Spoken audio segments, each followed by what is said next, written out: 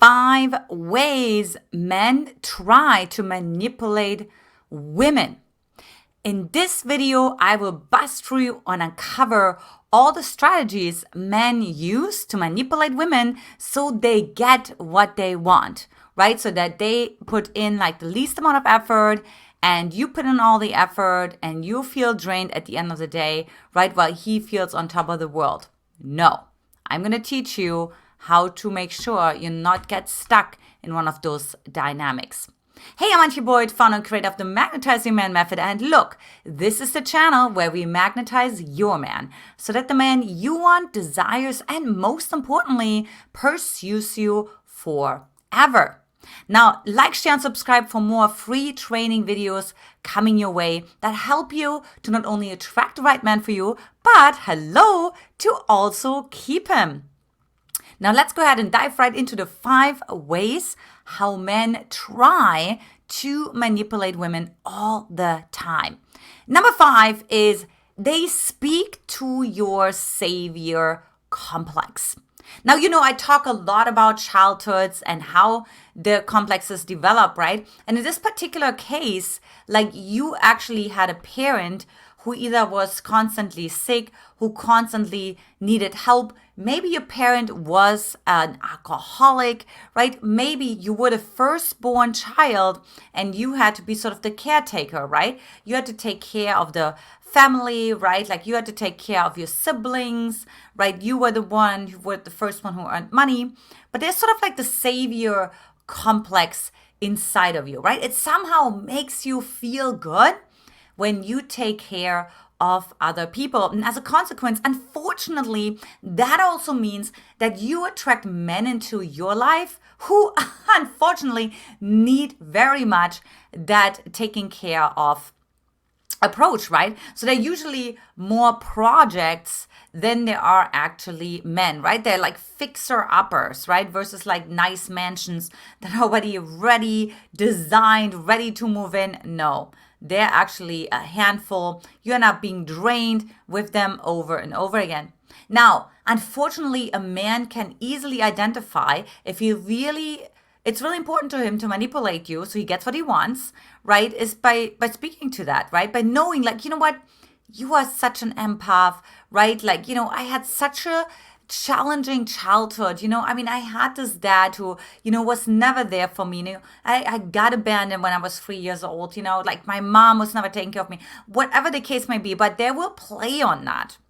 And how do you know that you're dealing with a man who takes advantage of your savior rescuer complex is because I feel like he plays that fiddle just a little bit too much, right? You feel like you're dating more a victim than you're dating a creator, right? You always feel like you're constantly dealing with this victim mentality versus dealing with somebody who builds a life, who takes responsibility. Those guys are very much not taking responsibility, right? They're usually saying like, poor me, this is all happening to me, and like, you are the one who needs to help me get out of this pit, right? And I don't have anyone else. I only have you. So be mindful of that. If you feel like, like this is just a little bit too much, and by the way, I dated guys like this too, then it's time to get out. Number 4 is innocent jokes. And I said innocent in quotation marks because they're not really innocent. They're tests to which degree he can abuse you. For example, right, he may say, the holes in your jeans, they were like, like a 16-year-old, right? But ha ha ha, kind of funny, right? Or, like I am not really fond of that purple makeup that you were wearing, like that looked like a flamingo, ha ha ha. So there's always something condescending that comes with his joke, right? So you're like, oh, he's just kind of funny and he's just kind of joking. And no. He's actually already starting to test to which level he can abuse you and he can manipulate you and when you push back. Now, he dresses that up very nicely in a joke because guess what? If you stand strong in your own authority, in your self-esteem, and you challenge him, he will not encounter any shame. He will not feel embarrassed because he simply is going to say, it was just a joke. Calm down, right? Like, chill out, it was just a joke. But you know what? Like, I would pay attention to, are those jokes, for one, always on you? So he makes never jokes about himself. Like, he always makes jokes about you, right? And secondly, and I always like a little bit condescending. Always make him look a little bit better, right? It almost feels like he's a little bit more superior and you're more inferior. You look almost like a little dumb, like a little stupid. And I've seen that with my parents too, do that with each other, right? So that's how you know what? Like, this is a subtle way how a man is trying to manipulate you. Number 3 is guilt. And so the interesting part about that is, right, like, of course, you actually feel like you have morals when you feel guilt. So there is this really great saying, right, that guilt is the ego's way into tricking you to think that you have morals. In other words, if you wouldn't feel guilt, you'd be like, are you even human? Are you a robot? Are you emotional? Are you here? Are you connected? Who the heck do you think you are, right? So you almost like feel like it's sort of like your obligation to feel guilty. And that, of course, happens a lot when you had a parent who was particularly a narcissist, right? Narcissists love to guilt trip, right? Because they can actually manipulate the other person. And that is, of course, so they can get more attention. They can get more what they really want. They can get more power, right? They can feel more seen, heard, felt, and actually move that and strip you of that completely. Also, it's really awesome because that way, they can bust through your boundaries that you have established, invade your space, and suck you dry.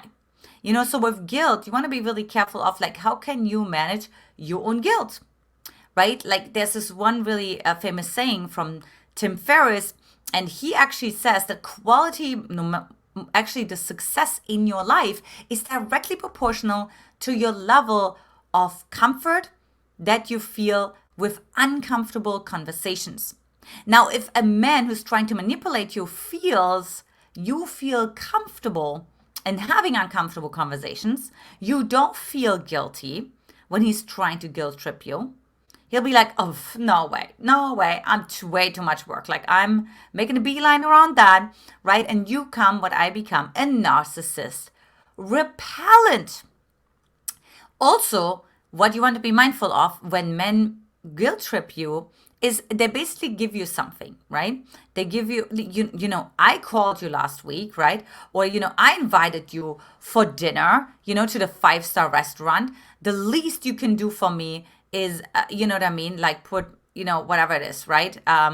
Do this and that and the other for me. And be careful with that, because that means I do tit for tat, right? Like, I'm not just doing things to do things, but it's very much conditional.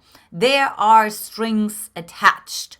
When a man is really, honestly, authentically interested in you, he treats you well. He invites you to a 5-star restaurant. He gives to you because it comes from his king, right? So it's very authentic. He feels good about it because he puts this smile on your face. But if he does that because he's sort of like, now you owe me kind of thing, right? That's when you want to start cutting ties. Now, along the same lines, we talk about love bombing. Also, one of the favorite behavior strategies that a narcissist uses, right? And love bombing is basically when a man or a woman, but in this case we talk about men, right, is actually coming on just like way, way, way too strong, right? Like, they give you like a 12 rose bouquet of flowers, they bring you your favorite chocolate, all the things, right? They speak your love language. They invite you to 5-star restaurant. I had even clients being flown to a different continent in a private jet, all those things. So much love bombing. How do you know it's love bombing? Well, for one, if you think about it this way, we have those different levels of getting to know each other, connecting with each other. We have like the emotional level, we have the energetic level, we have the physical level, and then we also have the mental level, right? And so love bombing is when you feel like, wait a minute, whoa, this is so far ahead of how I feel emotionally about this person, or even like how physically involved I am with this person. You may not have even kissed that person, right? You know, I had like a guy, I mean, he just did everything for me, and we hadn't even kissed yet or anything like that. You know, be careful with that, right? Because it's like, it's a little bit too rushed. Why the rush? Where's he rushing towards? What is he afraid that you're going to find out about if he doesn't rush, if he takes his time? You know, there's usually something, right, where the man's like, oh, I better rush, right? I better get her like committed so that she can't easily detach from me. Why is that? Because honestly, when I met my husband, Brody, he said, you're the girl of my story, but he didn't rush it. He was like, okay, you know what I mean? Like now we get to know each other and whatever happens, happens. That's what a secure attachment style looks like. But if there's like this love bombing going on, you really want to ask yourself why? Why is this so out of balance? What's being hidden here, right? What's being covered up that you're going to find out later is not going to be a nice surprise. And lastly, while we're just speaking on the topic of narcissist strategies, gaslighting, right? And of course, for those of you who don't know, I have a mom who is a narcissist.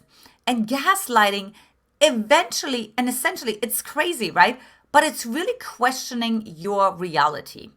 And they make you feel crazy. Like they make you feel like you're nuts. You know what I mean? They make you feel like you're in an illusion, right? So they weaves you sort of like in this web of illusion and delusion, and you don't even anymore know what's up, what's down, what's left, what's right. You question and doubt everything, right?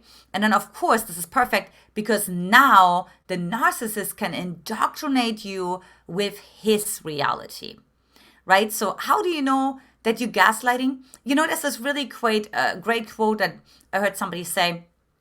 I was in the field and I said, if you feel like you need to record your conversations with your partner because you constantly have to prove yourself and you constantly, like your words are being turned around in your mouth, that's a really good chance that you're being gaslit. You know how the narcissist really thinks when he gaslights you? You can prove to me black on white. You prove to me legally that you're right and you're still not gonna be right. See, this is why it's so crazy, right? Like they're literally so distorted inside of themselves, but unfortunately have also a highly inflated ego, right? That they will fight you with tooth and nail because if you think about it, then this constant, persistent fight situation, right? So, you know, we say we fight or flight. The narcissist only fights. And he fights you till the very end, sometimes even into the grave, right? So you really have to know, wow, this is like really iffy. So if you feel like, wow, this is really strange, right? Like I feel like somehow I'm communicating, it's not landing. It's never landing. It's always being misunderstood and I'm always being punished for it. Chances are you're being gaslit and this guy's really trying to manipulate you to get what he really wants. Now, I would love to hear from you. Which ways has a man used to manipulate you? Let's have a conversation about it. Pop it into the comment section. I would love to hear from you. And first of all, watch next. When a man deeply loves you, he will start saying these 5 things. And if you haven't done so already, take our free relationship diagnostic to attract the man and relationship you want at mymquiz.com. Lots of love to you, ladies. I'll talk to you in the next video. Bye-bye.